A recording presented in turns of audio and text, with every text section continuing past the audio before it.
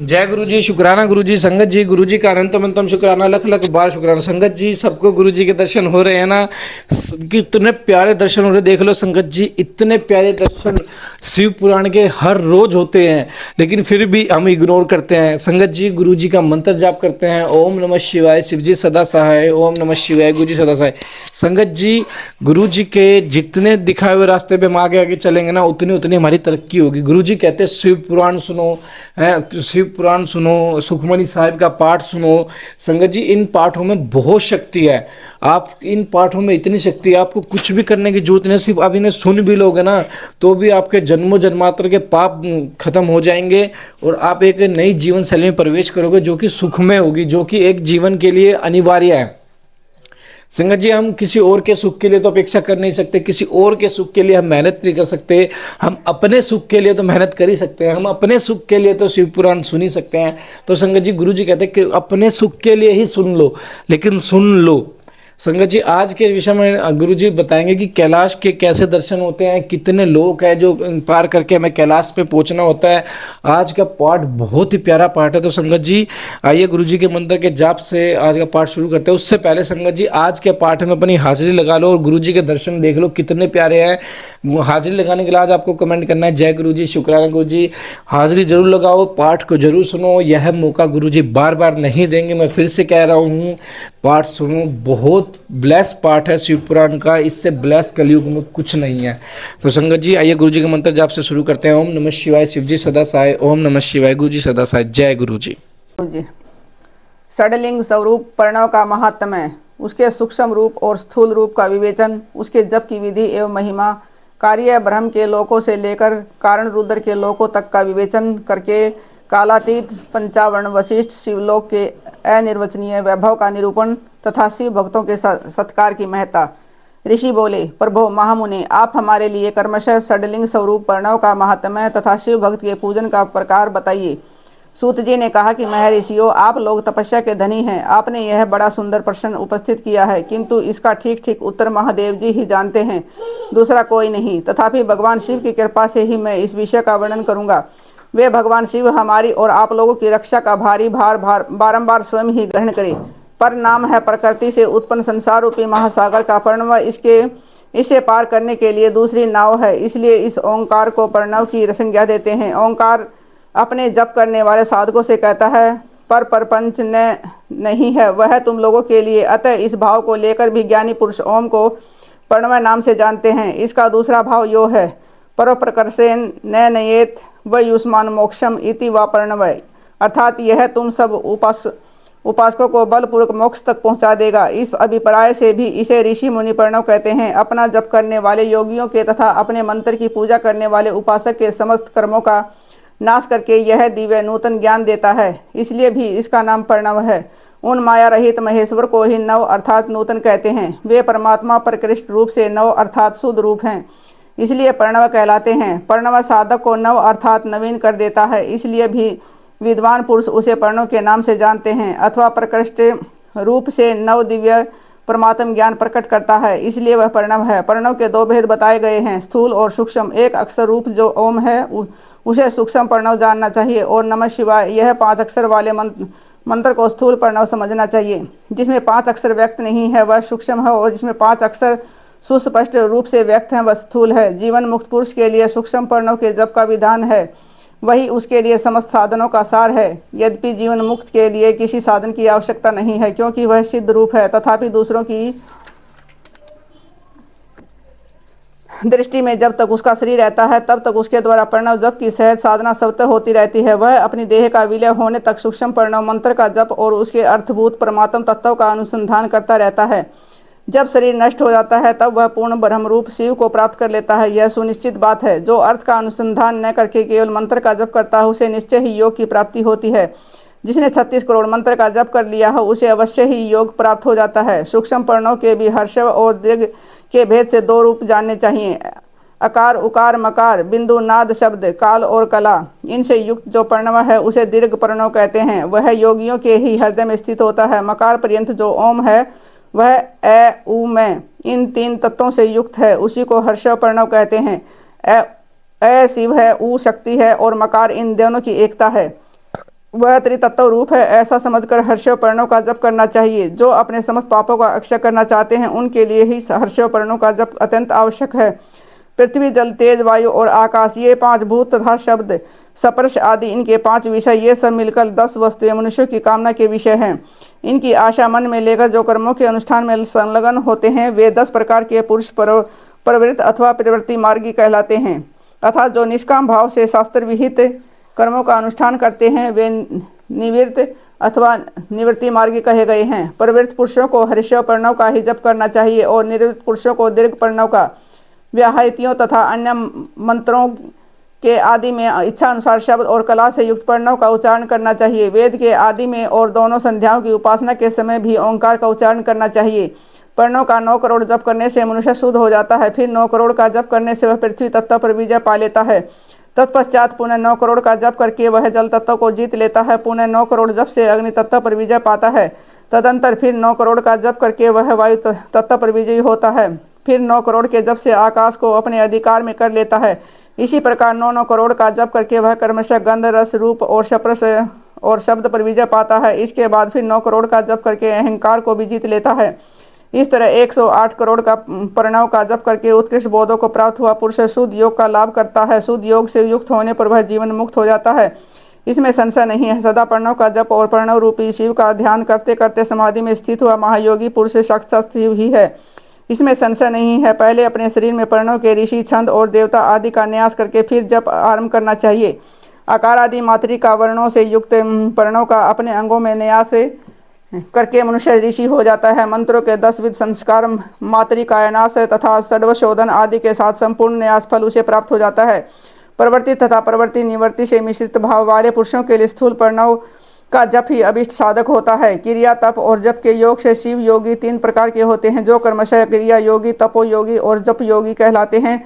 जो धन आदि वैभवों से पूजा सामग्री का संचय करके हाथ आदि अंगों से नमस्कार आदि क्रिया करते हुए इष्ट देव की पूजा में लगा रहता है, वह क्रिया योगी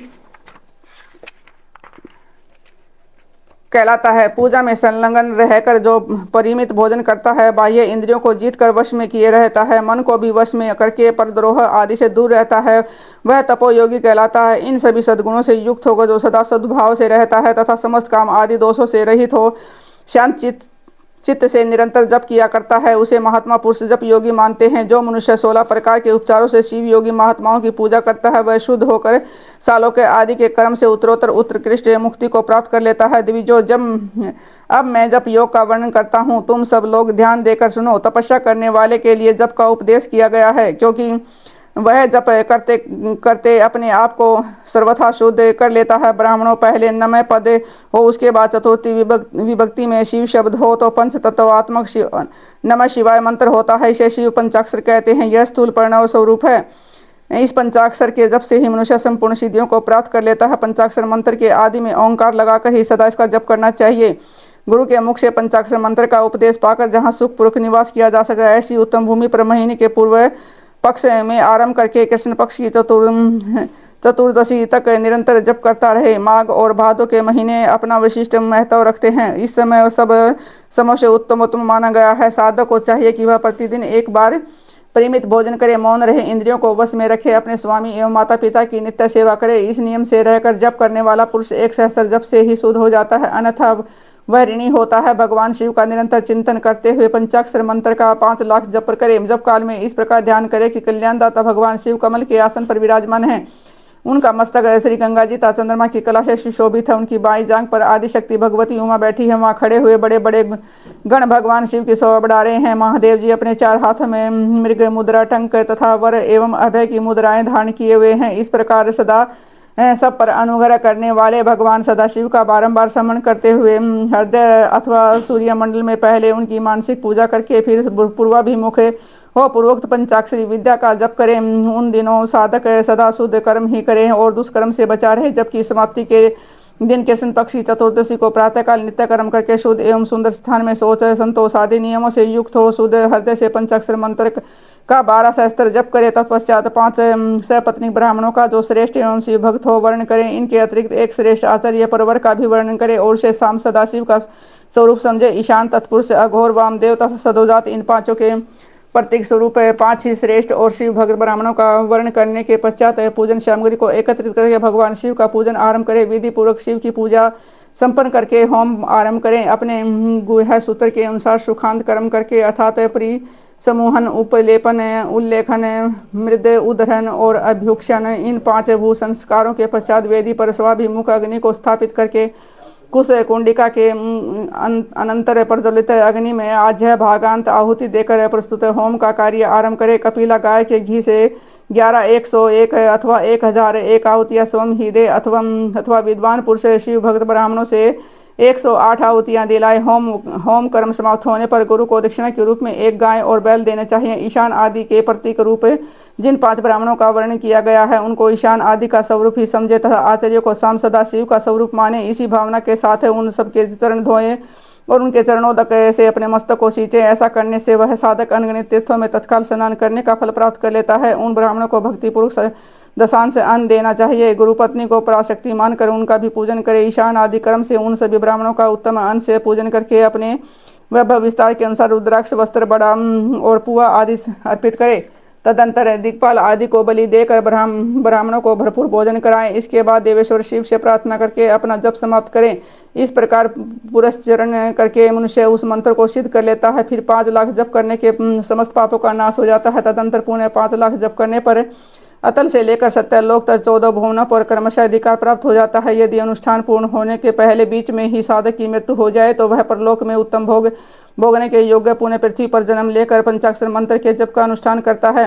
समस्त लोकों का ऐश्वर्य पाने के पश्चात वह मंत्र को सिद्ध करने वाला पुरुष यदि पुण्य 5 लाख जप करे तो उसे ब्रह्मा जी का सामीप्य प्राप्त होता है। पुण्य 5 लाख जप करने से सारूप्य नामक ऐश्वर्य प्राप्त होता है। 100 लाख जप करने से वह साक्षात ब्रह्मा के समान हो जाता है। इस तरह कार्य ब्रह्म हिरण्य गर्भ का सायुज्य प्राप्त करके वह उसे ब्रह्मा का प्रलय होने तक इसे उस लोक में यथेष्ट भोग भोगता है। फिर दूसरे कल्प का आरंभ होने पर वह ब्रह्मा जी का पुत्र होता है। उस समय फिर तपस्या करके दिव्य तेज से प्रकाशित होकर कर्मशः मुक्त हो जाता है। पृथ्वी आदि कार्य स्वरूप भूतों द्वारा पाताल से लेकर सत्यलोक पर्यंत ब्रह्मा जी के 14 लोक कर्मशः निर्मित हुए हैं। सत्यलोक से ऊपर अक्षमालोक तक जो 14 भुवन है भगवान विष्णु के लोक हैं। अक्षमालोक से ऊपर सूची लोक पर्यंत 28 भुवन स्थित हैं। सूची लोक के अंतर्गत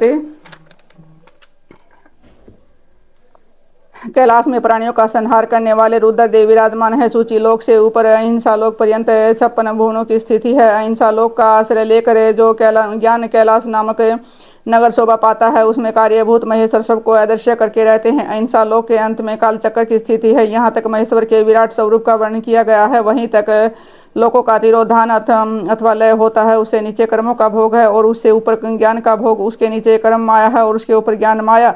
अब मैं कर्म माया और ज्ञान माया का तात्पर्य बता रहा हूँ। माँ का अर्थ है लक्ष्मी। उसे कर्म भोग याद प्राप्त होता है इसलिए वह माया अथवा कर्म माया कहलाती है। इसी तरह माँ अर्थात लक्ष्मी से ज्ञान भोग यात अर्थात प्राप्त होता है इसलिए उसे माया ज्ञान माया कहा गया है। उपयुक्त सीमा से नीचे नश्वर भोग है और ऊपर नित्य भोग। उससे नीचे ही तिरोधान अथवा लय है। ऊपर निहिमा से नीचे की कर्म में पाशों द्वारा बंधन होता है। ऊपर बंधन का सदा अभाव। उससे नीचे ही जीव सकाम कर्मों का अनुसरण करते हुए विभिन्न लोकों और योनियों में चक्कर काटते हैं। उससे ऊपर के लोक में निष्काम कर्म का ही भोग बताया गया है। बिंदु पूजा में तत्पर रहने वाले उपासक वहां से नीचे के लोकों में ही घूमते हैं। उसके ऊपर तो निष्काम भाव से शिवलिंग की पूजा करने वाले उपासक ही जाते हैं। जो एकमात्र शिव जी की उपासना में तत्पर हैं वे उनसे ऊपर के लोकों में जाते हैं।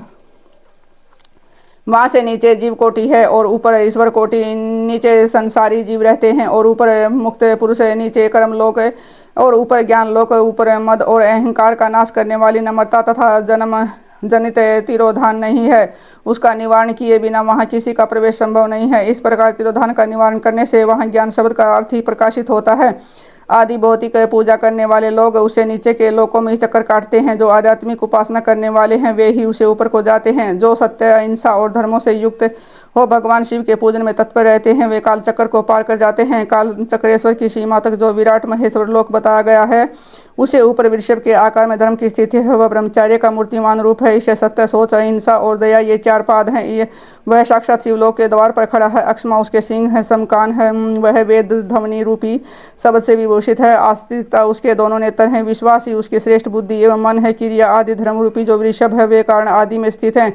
ऐसा जानना चाहिए। उसकी क्रिया रूप वृषभाकार धर्म पर कालातीत शिव आरूढ़ होते हैं। ब्रह्म विष्णु और महेश्वर जी की जो अपनी अपनी आयु है उसी को दिन कहते हैं। जहाँ धर्म रूपी वृषभ की स्थिति है उससे ऊपर न दिन है न रात्रि है, न जहाँ जन्म मरण आदि भी नहीं है, वहाँ फिर से कारण स्वरूप ब्रह्मा के कारण सत्य लोक पर्यंत 14 लोक स्थित हैं। जो 5 भौतिक गंध आदि से परे हैं उनकी स्थान सनातन स्थिति है। सूक्ष्म गंध ही उनका स्वरूप है। उनके ऊपर फिर किसी कारण रूपी विष्णु के 14 लोक स्थित हैं। उनसे भी ऊपर है फिर कारण रूपी रुद्र के 28 लोकों की स्थिति मानी गई है। फिर उनसे भी ऊपर कारण वेश शिव के 56 लोक विद्यमान है। तदंतर शिव समस्त ब्रह्मचर्य लोक और वहीं 5 आवरणों से युक्त ज्ञानमय कैलाश है। वहाँ 5 मंडलों 5 ब्रह्म कलाओं और आदि शक्तियों से युक्त आदि लिंग प्रतिष्ठित है। उसे परमात्मा शिव का शिवालय कहा गया है। वहीं पराशक्ति से युक्त परमेश्वर शिव निवास करते हैं। वे सृष्टि पालन संहार तिरोभाव और अनुग्रह इन 5 कृत्यों में प्रवीण हैं। उनका श्री विग्रह सच्चिदानंद स्वरूप वे सदा ध्यान रूपी धर्मों में स्थित रहते हैं। वे सदा सब पर अनुग्रह किया करते हैं। वे सब आत्मा राम हैं और समाधि रूपी आसन पर आसीन हो नित्य विराजमान होते हैं। कर्म एवं ध्यान आदि का अनुष्ठान करने से कर्मश शासन साधन पथ में आगे बढ़ने पर उनका दर्शन साध्य होता है। नित्य नैमित्तिक आदि कर्मों द्वारा देवताओं का यजन करने से भगवान शिव के समाराधन कर्म में मगन मन लगता है। क्रिया आदि जो शिव संबंधी कर्म है उनके द्वारा शिव ज्ञान सिद्ध करें। जिन्होंने शिव तत्व का साक्षात्कार कर लिया अथवा जिन पर शिव की कृपा दृष्टि पड़ चुकी है वे सब मुक्त ही हैं। उनसे संशय नहीं है। आत्म स्वरूप से ही जो स्थिति वही मुक्ति है। एकमात्र अपने आत्मा में रमण या आनंद का अनुभव करना ही मुक्ति का स्वरूप है। जो पुरुष क्रिया तप जप ज्ञान और ध्यान रूपी धर्मों में भली भांति स्थित है वह शिव का साक्षात्कार करके सब आत्मा रूप स्वरूप मोक्ष को ही प्राप्त कर लेता है। जैसे सूर्य देव अपनी किरणों से अशुद्धि को दूर कर देते हैं उसी प्रकार कृपा करने में कुशल भगवान शिव अपने भक्तों के अज्ञान को मिटा देते हैं। अज्ञान की निवृत्ति हो जाने पर शिव ज्ञान स्वतः प्रकट हो जाता है। शिव ज्ञान से अपना विशुद्ध स्वरूप आत्मा राम तत्व प्राप्त होता है और आत्म राम तत्व की समय के सिद्धि हो जाने पर मनुष्य कृत हो जाता है। इस तरह यहाँ जो कुछ बताया गया है वह पहले मुझे गुरु परंपरा से प्राप्त हुआ था। तत्पश्चात मैंने पुनः नंदीश्वर के मुख से इस विषय को सुना था। नंदी स्थान से जो संस्भेद शिव वैभव उसका अनुभव केवल भगवान शिव को ही है। साक्षात शिवलोक के उस वैभव का ज्ञान सबको शिव की कृपा से ही हो सकता है, अन्यथा नहीं, ऐसा आस्तिक पुरुषों का कथन है। साधक को चाहिए कि वह 5 लाख जप करने के पश्चात भगवान शिव की प्रसन्नता के लिए महाअभिषेक एवं नैवेद्य निवेदन करके शिव भक्तों का पूजन करे। भक्त की पूजा से भगवान शिव बहुत प्रसन्न होते हैं। शिव और उनके भक्त में कोई भेद नहीं है, वह साक्षात शिव स्वरूप ही है। शिव स्वरूप मंत्र को धारण करके वह शिव ही हो गया रहता। शिव भक्त का शरीर शिव रूप ही है, अतः उसकी सेवा में तत्पर रहना चाहिए। जो शिव के भगत हैं वे लोग और वेद की सारी क्रियाओं को जानते हैं। जो कर्मश जितना जितना शिव मंत्र का जप कर लेता है उसके शरीर को उतना उतना ही शिव का सामीप्य प्राप्त हो जाता है। इसमें संशय नहीं है। शिव भक्त स्त्री का रूप देवी पार्वती का ही स्वरूप है।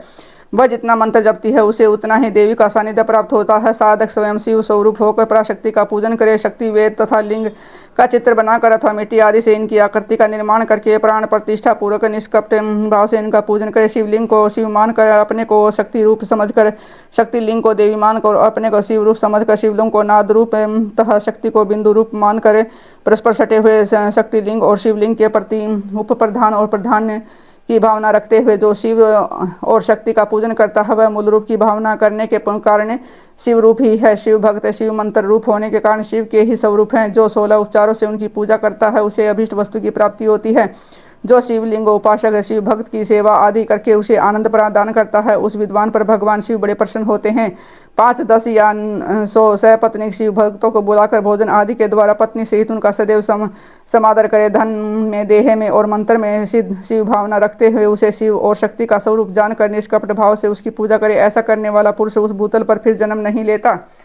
जय गुरु जी, शुक्राना गुरु जी। संगत जी गुरु जी कहते हैं कि शिव पुराण सुनो, सुखमनी साहिब का पाठ सुनो। जितना आप शिव पुराण और सुखमनी साहिब का पाठ सुनोगे ना उतना ही आपका कल्याण होगा, उतनी ही आपके जीवन में सुख समृद्धि आएगी। हम गुरु से क्या मांगते हैं? गुरु जी हमें ये दे दो, हमें वो दे दो। हमेशा व्यर्थ की चीजें गुरु जी से मांगते हैं। हम कोई भी गुरु जी से ऐसी चीज नहीं मांगते जो हमारे सदा कल्याण के लिए हो। गुरु जी कहते हैं कि आप शिव पुराण सुनो, लेकिन हम नहीं सुनते। गुरु जी कहते हैं सुखमनी साहिब का पाठ सुनो, हम वो भी नहीं सुनते। तो संगत जी फिर हम गुरु जी से क्यों उम्मीद लगाएंगे कि गुरु जी हमारे लिए कुछ करे? क्योंकि इग्नोर करने की भी कोई हद होती है, इग्नोर ना सुनने की भी कुछ चीज़ें होती है। माना कि आज की लाइफस्टाइल बहुत बिजी है, लेकिन 15 से 20 मिनट तो हम निकाल सकते हैं। तो गुरु जी का मंत्र जाप करते हैं, ओम नमः शिवाय शिव जी सदा सहाय, ओम नमः शिवाय गुरु जी सदा सहाय। संगत जी अपनी प्यारी सी हाजिरी जरूर लगाना आज के पाठ में। जय गुरु जी, शुक्राना गुरु जी।